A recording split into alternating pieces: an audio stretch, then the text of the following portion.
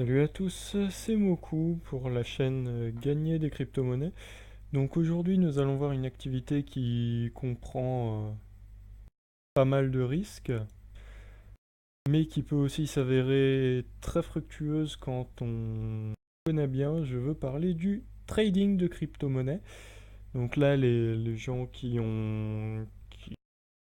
savent déjà de quoi je veux parler, je leur apprendrai rien de nouveau, c'est vraiment de l'initiation. Là on découvre ce que c'est et on découvre vraiment une ou deux notions de base. Donc alors le trading, en général, qu'est-ce que c'est? Donc le trading, c'est le fait d'échanger de l'argent contre des valeurs en pariant sur le fait que ces valeurs vont prendre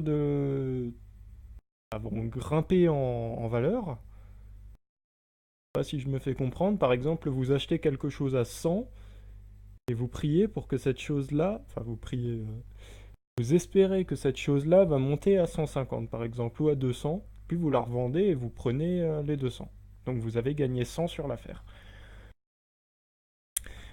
Donc faire ça avec des crypto-monnaies c'est pareil, sauf qu'on échange ce qu'on possède, c'est-à-dire le plus souvent des euros ou des bitcoins, contre d'autres crypto-monnaies. Donc ça existe sur diverses plateformes, Bitrex, Poloniex, Xapo, Yobit, etc. Il y en a plein. Et toutes ne sont pas forcément adaptées à votre budget, mais voilà, donc là on prend des graphiques de Bitrex par exemple. Donc là on est sur le site Coiniji, hein, coiniji.com, je le mettrai dans la description. Ce site fait de très bons graphiques et donne de très bonnes estimations, et c'est ça qui fait que j'aime ce site et beaucoup de gens aiment ce site d'ailleurs.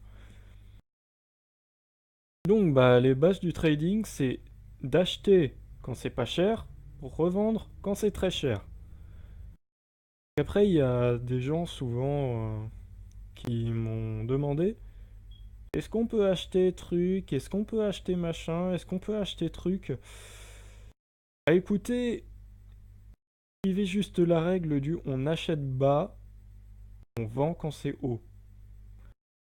Par contre, il faut faire attention aussi parce que quand c'est bas, ça peut vouloir dire que ça va se casser la gueule encore, encore, encore et encore.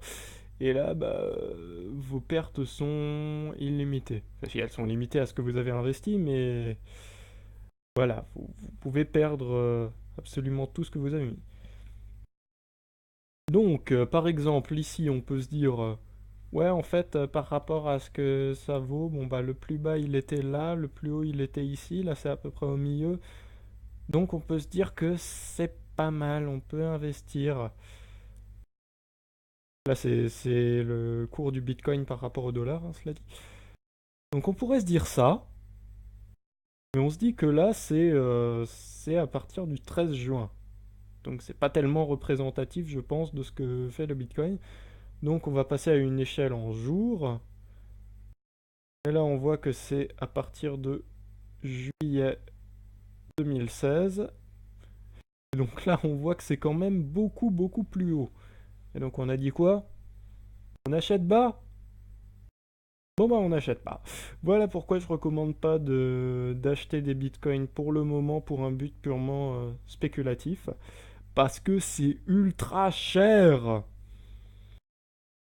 Hmm, aussi, une autre monnaie que je ne recommande pas d'acheter, en tout cas pour le long terme, c'est le Dogecoin. Même s'il a subi une envolée, pour moi, ce truc, c'est une monnaie troll.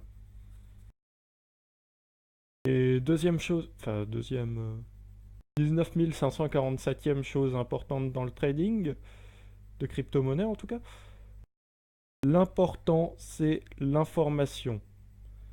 Si vous n'examinez que les graphiques ou si vous ne souhaitez examiner que les graphiques, je vous conseille de demander des conseils à des gens pour investir parce que c'est le meilleur moyen de tout perdre. Par exemple, là on se dit, ouais en fait il est bon. Alors on va regarder une courbe là. On se dit, ouais, il est plutôt bas, donc allez, on peut investir. Et bah non, en fait, non, parce que le Dogecoin, c'est ce qu'on appelle un shitcoin. À la base, c'était un troll, entre guillemets. Et bah, non, sérieusement, s'il y a une monnaie sur laquelle je vous recommande pas de mettre votre argent, c'est celle-là. Le Winecoin aussi, qui s'est révélé être une arnaque, mais le Dogecoin, je vous recommande vraiment pas. Donc alors on se dit, ouais, ouais, il faut acheter bas. Mais c'est où bas en fait? Ben, on va essayer de trouver quelque chose pour dire. Alors on regarde là. Bon là c'est un peu réduire les. Là on voit que c'est plutôt pas mal quand même, mais peut-être un peu trop haut. En fait bas c'est quand ça arrive environ à ce niveau-là là. Si le plancher est ici, il faut que ça arrive maximum à ce niveau-là, là entre les deux. Et faut vraiment chercher les monnaies qui sont assez basses et qui ont des perspectives de remontée. Si vous souhaitez vous lancer dans le trading, déjà, je vous conseille de bien maîtriser l'anglais pour pouvoir avoir de bonnes infos et des choses intéressantes. Et je vous conseille le site Bitcoin Talk. C'est un site qui parle de plus ou moins toutes les monnaies existantes et qui va vous permettre de vous rendre compte de quand une monnaie a des perspectives d'évolution. Par exemple, si telle monnaie a eu un partenariat avec telle entreprise, peut être possible que y ait une augmentation, etc., etc.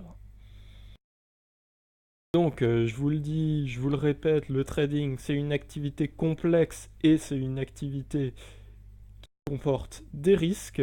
Donc, bah, ne faites pas ça avec de l'argent qui est destiné à payer votre loyer, votre facture d'électricité, etc. Faites-le vraiment avec ce que vous pouvez vous permettre d'investir dedans. Eh bien, pour moi, je pense que c'est à peu près tout. Sinon, il y a des vidéos qui résument plus en détail les bases du trading. Je ne me considère pas comme un expert, effectivement, mais j'ai quelques notions à la va-vite. Donc, si jamais vous avez envie de davantage de précision, n'hésitez pas à me laisser un message ou à laisser vos questions en commentaire. C'était Moko et à la prochaine. Ciao.